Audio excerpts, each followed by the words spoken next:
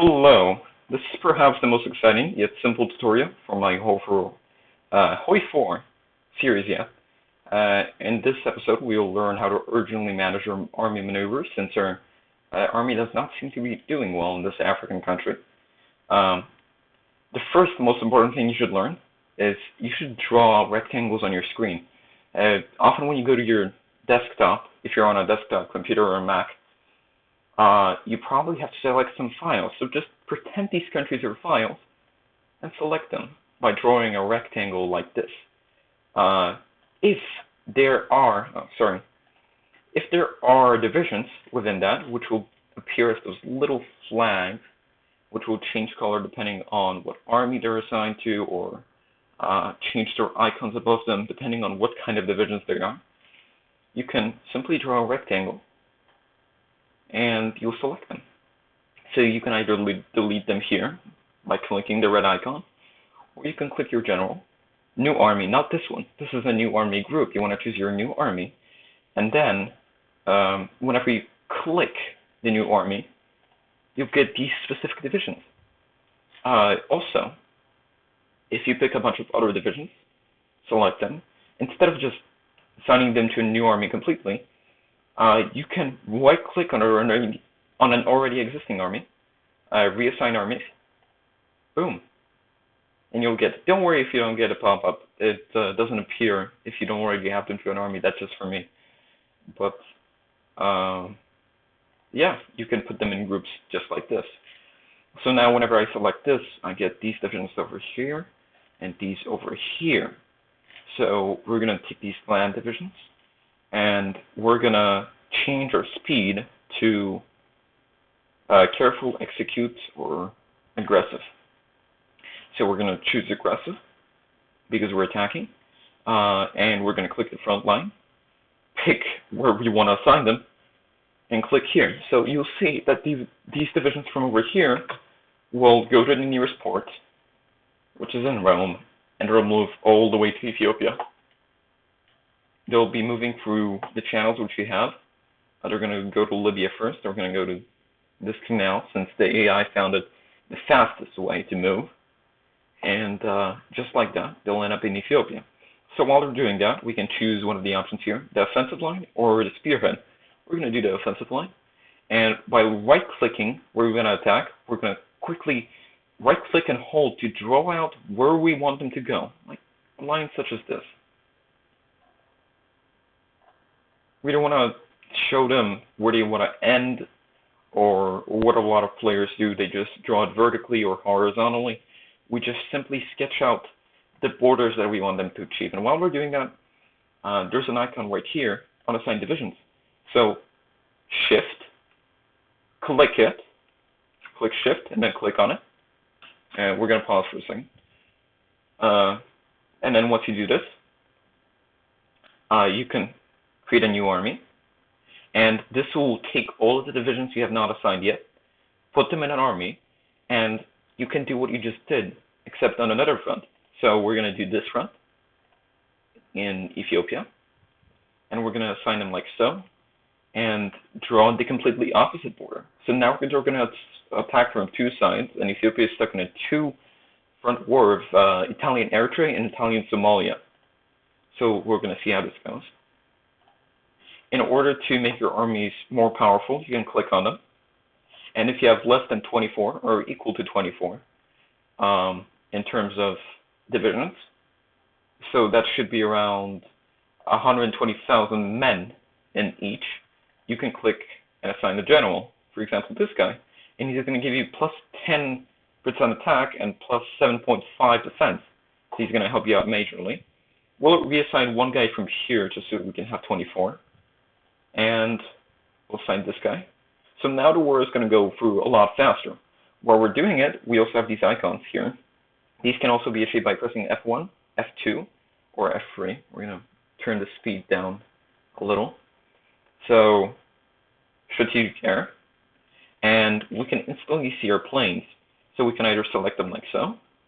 Oh, see? Our plane research is done. So we can either select them like so, and hover them over here, or we can just simply click on it. Then we choose what we want them to do: bombing, interception, close air support, and air superiority. And this will also speed up how we do it. In Ethiopia, it's not really,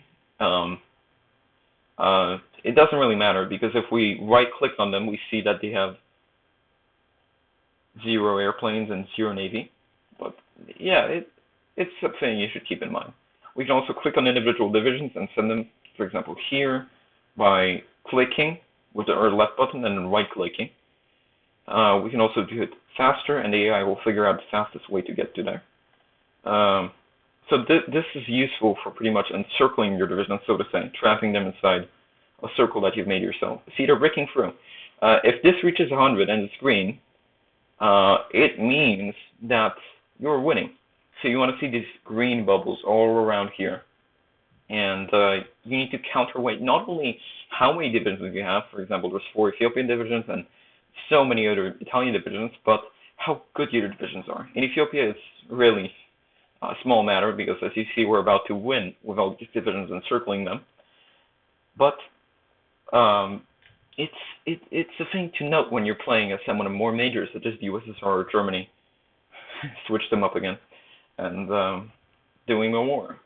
So I'll take some of my planes from Libya, right-click on my airport here, and it'll transport. So this is pretty much your land and air warfare that you'll want to keep in mind. Your navy is also a bit more important, but it's pretty much how you manage your land army, except instead of, well, pretty much how you manage your land army. You click what line you want them to do, and right-click where you want them to go, and over time they will go there. So we're going to click Select All to see where they are. And they're moving to the sea, and they're going to patrol. See? And now it's green, which means you're winning in the sea too, against a country which doesn't have any ships. So quite impressive. I didn't exactly show anyone how to do your advisors. I only explained it in the last politics episode, so I'm going to finish it up here. Click to add political advisor, democratic reformer, for example. And now in your decisions, you should probably see open up political discourse and these little functions you can do, which will increase the blue very, very slowly. We can see how fast it is increasing here with the popularity percentage. So that's how your politics and army maneuvers works. I'm just going to take a second until we fully encircle Ethiopia. We've already cut them off from the main lines, so this should be pretty easy. It took us a while because I was sort of on 5-speed, which you should practically never do if you're not attacking the whole time. So it's already August. But yeah, this was something. So when you defeat a country, you'll get to the treaty screen, and you'll be able to either click or right-click on it on any state that you want. Ethiopia has just one. And when you end your turn, it'll annex that state. Now, this is rather simple to learn here, but for example, let's say we're fighting Saudi Arabia. We can see that 3 states, the Rab al-Khali, the Hejaz, and the Najd. So we'll need to do that 3 times. Just click here, and click here to finish it up. But yeah, once you're convinced you have it all and you can no longer make demands, click done, and Ethiopia is yours. So congratulations, you've just conquered your first country. And now this part of your focus tree is unlocked, where you'll be able to do tons of more stuff coming up in this game. And remember to do your research, as I have told you before. Make sure not to get lost while you're excitedly fighting in the war. But it's really interesting in the greater scheme of things.